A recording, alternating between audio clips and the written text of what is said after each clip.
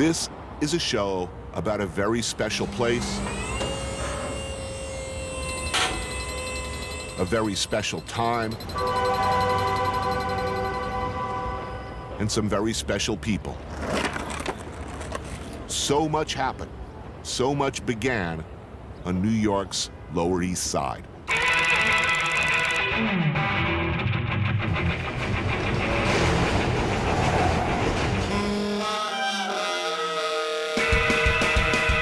In the New York City of the 70s, nearly bankrupt, riddled with corruption, the Lower East Side, particularly Alphabet City, was left to fend for itself.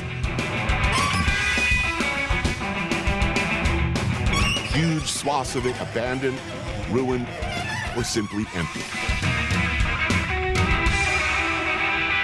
Much of it became an open-air supermarket for drugs.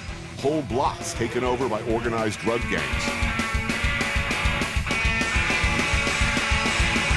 Rents were cheap, and the neighborhood started to attract a newer, highly energized and creative group of people who wanted to make things. Music, poetry, movies, and art.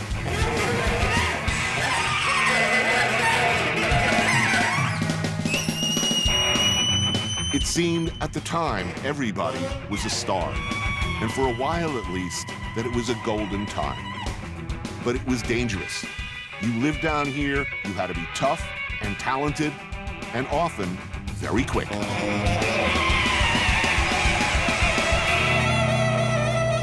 Now, things are different. Very different.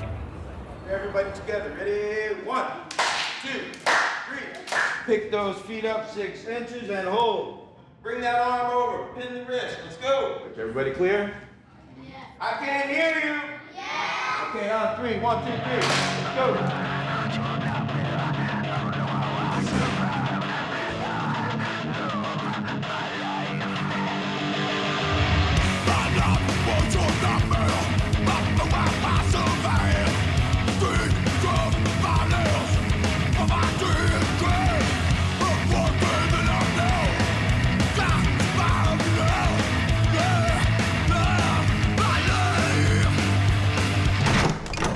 So, I mean, this is pretty much some of the last remnants of what the Lower East Side kind of used to be like, you know?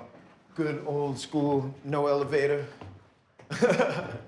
So you didn't live in this building? No, this wasn't the building I lived in. This is a squat, though, that actually became legal. I was actually in that building right there. When I lived in it, it was, you know, we had no windows, no front doors. You know, you'd find a door in the street, you'd put it up and chain it up yourself, you know. No running water. I used to bathe in the fire hydrant in front of the building, and I used to sleep with my pit bull so rats wouldn't get too close to me at night, right. You know.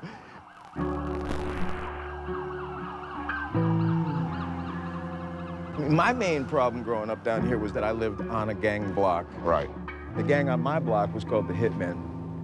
And, you know, they were no joke, right? And I remember they would be hanging out on the stoop on the church across the street, smoking dust, all of them with their golf clubs and 007 knives, and everybody'd be listening to, of all things, Kraftwerk. Right. They'd be out there screaming, "We're gonna kill the next that comes out of that building," and I'm laying there thinking, "Oh, I gotta go to school tomorrow, man." I was never a violent person. You know, Christ, I was raised by hippies. But I was thrown into a crazy environment where I had no choice but to fight my way through it. And it did turn me into a bit of a problem as a teenager, you know? I would guess. Wait a minute, I would have to guess. I know. First time I saw you, you were famously that 12-year-old drummer in the Stimulators. Your aunt was in the band. Yeah. That was the only reason we were allowed to play at most of the clubs, is because I had a relative who was basically my legal guardian. But, you know, as a parent, it definitely wasn't an appropriate place to bring up your kids, you know?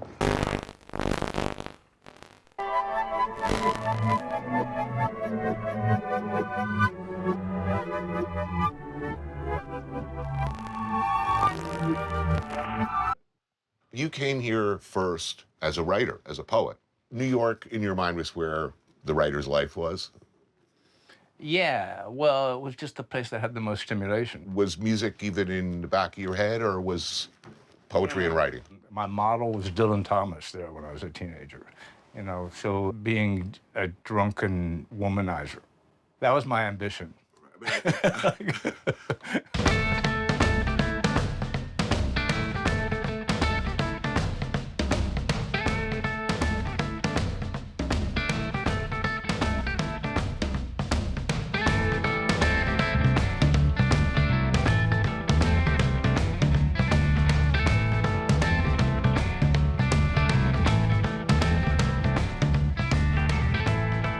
You woke up in your own lifetime, opened up a paper, and realized there's like 1 million kids in Britain dressing like me and cutting their hair like me. And you have this inadvertent tectonic effect on kids all over the world. It wasn't inadvertent, but it was indirect.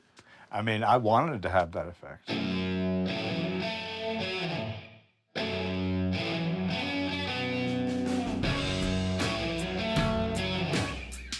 Other bands who responded to the way I was doing things got famous, so it ended up having this huge impact and influence. When I first saw a picture of the Sex Pistols, it was like, I just had to laugh. That's a charitable interpretation of events. Malcolm McLaren came to New York and saw the Voidoids and went back and built a boy band and said, you're going to dress like that guy. Yeah, I don't really look at it that way. Look at it? Yeah. All right. I mean, ideas are free. I never resented that, but it was funny and strange. Cheap Rent brought a lot of people together. It wasn't just living spaces were cheap. There were venues where you could put whatever it was you did out there. Where you... CBGBs didn't exist until we created it. I mean, we went and proposed that we be the house band there. The next number is called I Belong to the Blank Generation. 1, 2,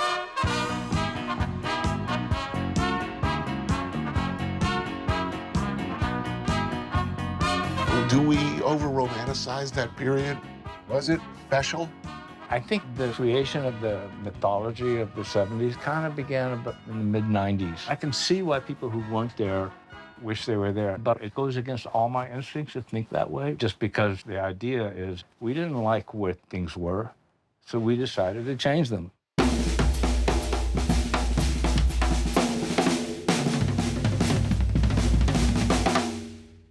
Have you ever considered writing a dishy memoir? I mean, my God, it would be 800 pages long. You know why? Because so many people are still alive. I mean, people love you. Yeah, they have to say that. How can you say something mean about somebody who might be mean back at you? It's an industry. Are you kidding me?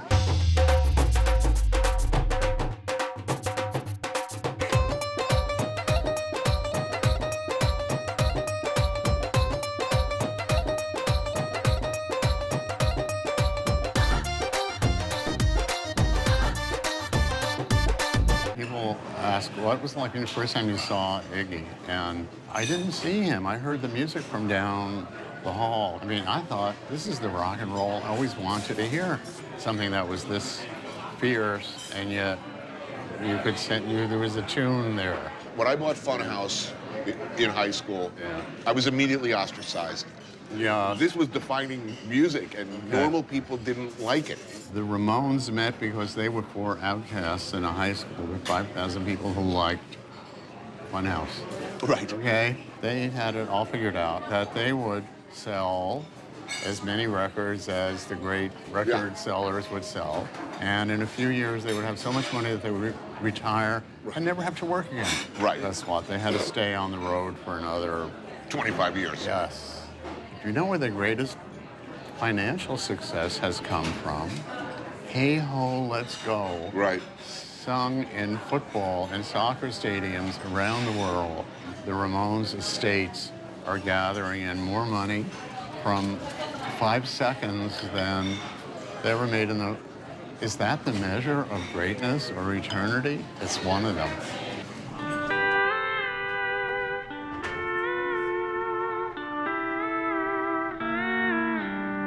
So many people died. So many people didn't get recognized. Yeah. Richard Hill's still living in the same apartment he lived in 40 years Who ago. likes to move in New York? He got a good deal. The neighborhood got all better around him, you know. Iggy was supposed to be the one who didn't make it most of all. And he's still there, the most dangerous. God sends us these signs that there are miracles. Don't give up hope. What you believe is beautiful probably is, but not everyone will know it in time.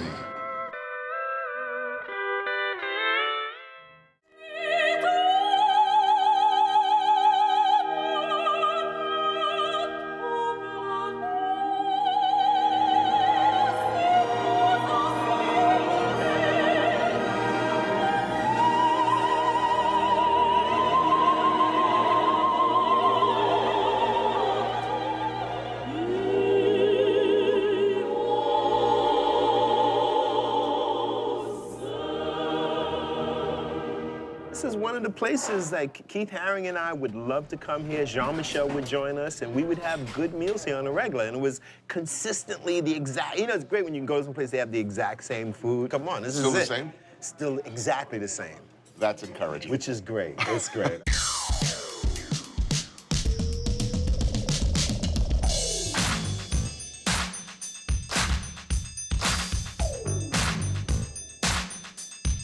You brought hip-hop culture to a very finite number of people initially on the Lower East Side. Totally changed the world.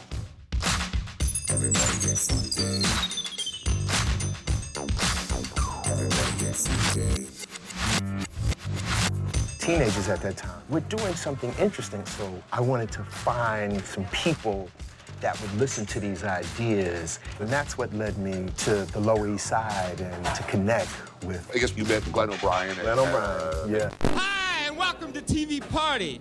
Fred, why don't you tell us a little bit about what the Holy Land looks like? I want you to know that I've been to the Holy Land.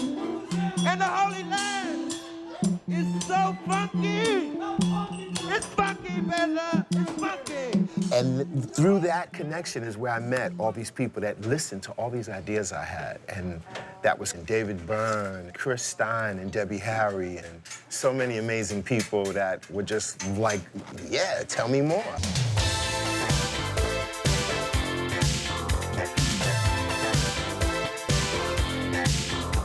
What I think is under-celebrated about you guys in particular was your kindness. You were famously really, really supportive of the people you came up with, your contemporaries and people around you who weren't doing as well. You know, let each other sleep on each other's floors. Well, there was nothing at stake. There was nothing at stake. I just think a lot of people had low expectations.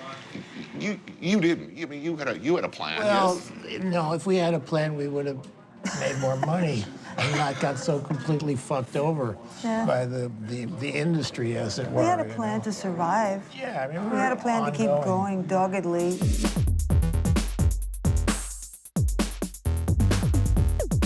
And I think the thing that was so attractive about that period was you weren't locked in to one format or one form, you know? It was just everybody was doing everything.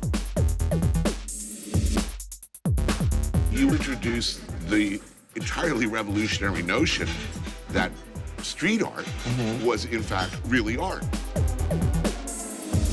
The painting that we did on the street was coming from a place that pop art came from as well, like popular culture, magazines, advertising, comics. And so some of the first people to buy paintings from me and Jean-Michel was Chris and Debbie from Blondie. And then they also commissioned me, Lee Quinones, and Jean-Michel to do sets and art and participate in their music videos, some of the very first. Your support and work with Fab Five Freddy, I mean, look at the soundtrack to the whole world now. It's hip-hop. That connection, that crossover there, you got to put considerable muscle and gravitas. I talked to all these record company guys, and I'd say 98% of them told me it was a fad. It's not gonna last. It's gonna go away in 5 years. And you recorded a song that was hugely... Well, I will say, you know, like, I'm very proud of the fact that, you know, we created a format that didn't exist in rap. until then, and that is that we wrote a song that had a rap in it. Yeah, those guys were sampling The still. rapping was all just scratching and sampling, so we, you know, made it viably commercial.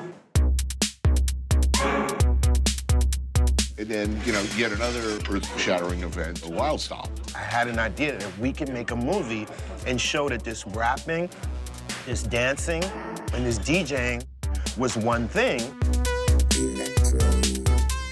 So I was on a trip to Germany not long after the film had aired, and I see these kids breakdancing. I'm like, what the hell's going on? As I got closer, I noticed the moves the kids were doing were the exact same moves that the Rocksteady crew does in Wild Style. But I then knew that this was going to translate globally. I remember that film opening, and that was a nuclear bomb. And it ended up being like the second highest grossing. Second to Terms of Endearment, Right. which not many people think about now, but yeah.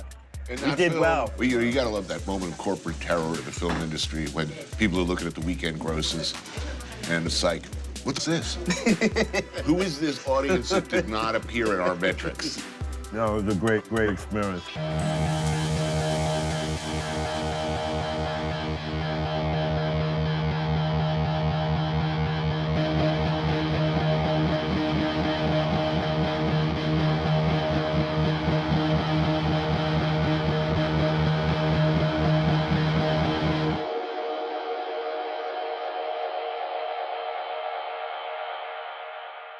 You started making films before you knew how to make films. Yeah, yeah. The oddball thing about it is knowing so little, who knew that you could hire a casting director? No, it was just like, hey, you play that, you know. Hey, Which one of our friends are going to be around exactly. for this? Yeah. Are you going to be around next Tuesday? Because you know. I saw myself more as like an experimental filmmaker. You know, like the Godard films, for example. They were inspiring because I could say, I could do that. I owe a lot to Amos. No, I saw The Foreigner. It was amazing. It was the whole scene was there. Everybody was there. It was That really, was a big night. I got so charged up, and I was sure I was going to make films.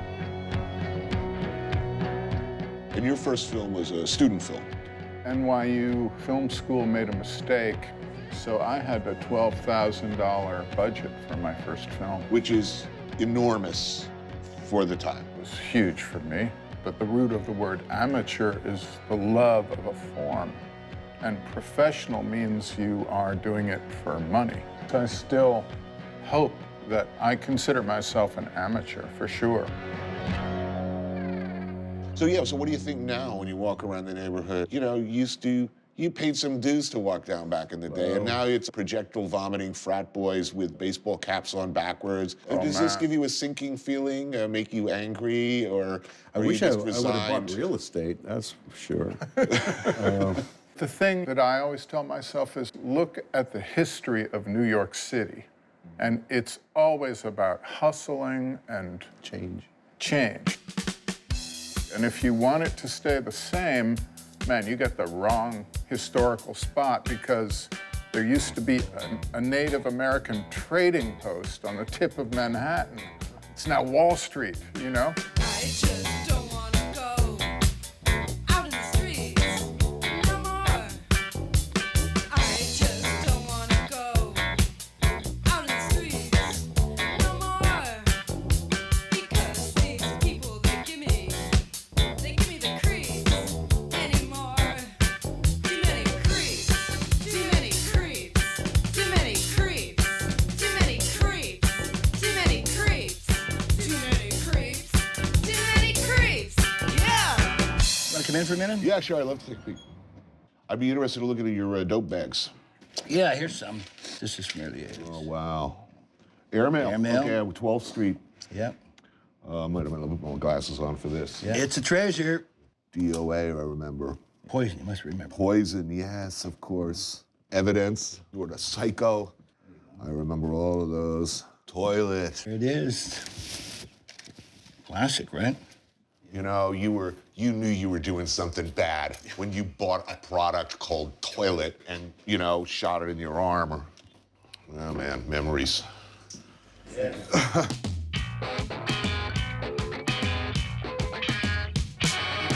I mean, basically, your reputation is the Godfather archivist of all things Lower East Side. You were here pointing your camera at stuff since the early 80s. I probably have one of the largest inner city photograph collections of anybody. I used to know everybody that went by. And that neighborhood thing is like really important to me. So I photographed the Puerto Ricans, the Dominicans, drag queens from the Pyramid Club. Basically the whole hardcore scene in '87. I was more interested in like the eccentric people, the unique people. You were at the Battle of Tompkins Square Park, which is sort of the Gettysburg of the Lower East Side. I remember it had essentially become clogged with nodding junkies, right. Homeless people who'd set up a permanent camp. It was dangerous. It was genuinely dangerous. When the police came down and decided to clean the park, the question is, who won? Well, in the beginning, we did. You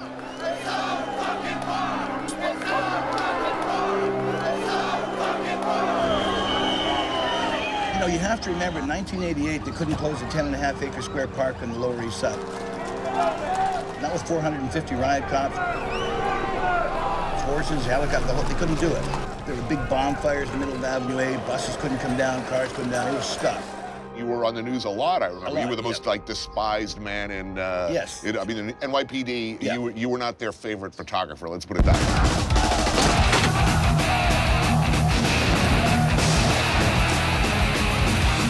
This went on for 4 years. There were multiple riots, hundreds of arrests. 4 years here, a real solid conflict. Cops eventually got organized.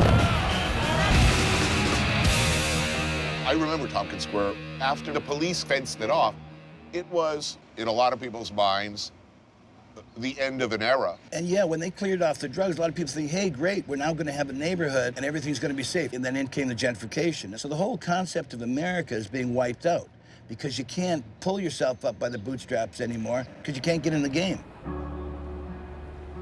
Gentrification has affected the whole city. You have to now make a huge amount of money to be here. You know, they got skyscrapers in Midtown that are sold millions of dollars apartments and nobody lives in, and they're empty.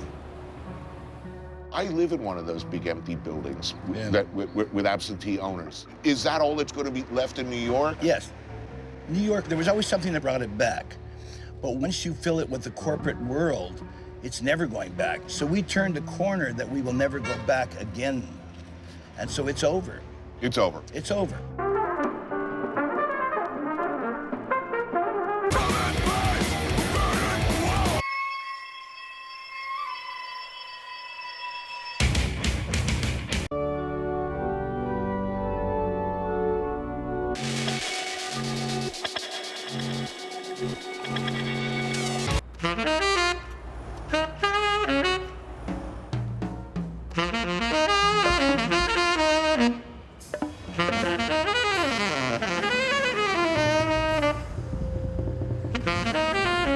I try to make paintings that are so beautiful that I get lost in them while I'm doing them. And you just hope that other people get lost in it the same way. You know, I have a John Lurie over my bed. Well, you posted about that. Was nice that you posted that. And sometimes, you know, you get these letters and stuff. It's like, your painting saved my life, da-da-da. Yeah. But then sometimes, because I don't have any shows... Oh, that's great. It feels pathetic, you know? Well, this is incredible to me. What? You don't have shows. Like, That's regularly. insane, and it's sick, and it's wrong, and I don't even want to complain about it. You complain. I'm complaining about it. Yeah, okay. I am bitter.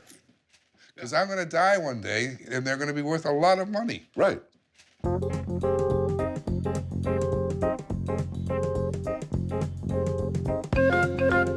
How I came to New York is like I was kind of like on this Coltrane thing. I wanted to find God through music. And I started meeting all these amazing people.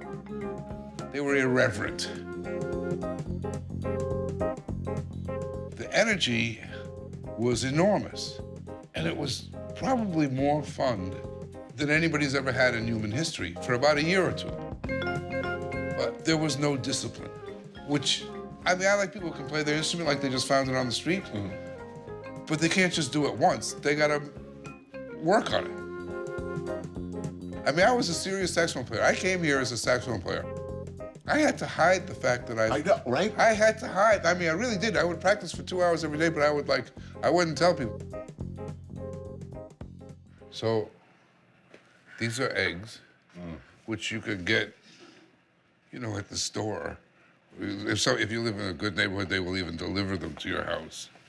And then you take water, which I know you go to all these exotic places, but they used to say that New York had the best water. That is true. You think it's still true? I haven't heard anything to say otherwise. Do you drink it? Yeah, I do. And then you boil them. And then I serve them to you. Outstanding. I am grateful and honored. Well, I'm really curious because I've seen your show, and I watch you sit down, you eat like some mouse head soup, and then you go, it's delicious. Just curious to see when you eat the hard-boiled egg if you're going to say this is delicious. As long as there's not like a half-term chicken fetus in there, which wouldn't be the first time for me, by the way, I'll be thrilled. I'm not eating this shit. There's a plate. Thank you. Eggs, the perfect food. Thank you, sir. Eat that. I don't think I've ever cooked for anybody before. Well, I'm honored, sir. So looking back, is there a danger of over-romanticizing that place and that time, given the downside and the body count? I don't know. Does it have to end badly? I mean, I'm glad I survived it. I'm glad I still got my own liver. I'm glad I lived through it. But it's kind of, I don't know how to add that up. I'm sure glad I didn't miss it. Doesn't pay to try. All the smart boys know why. Doesn't mean I didn't try. I just never know why. Feels so cold and all alone. You didn't say the egg was delicious. Oh, no, You did not. But I ate 2 of them. Silence Two is of the them? highest compliment. Well, just the gnashing of my jaws You and those didn't say they were delicious eggs.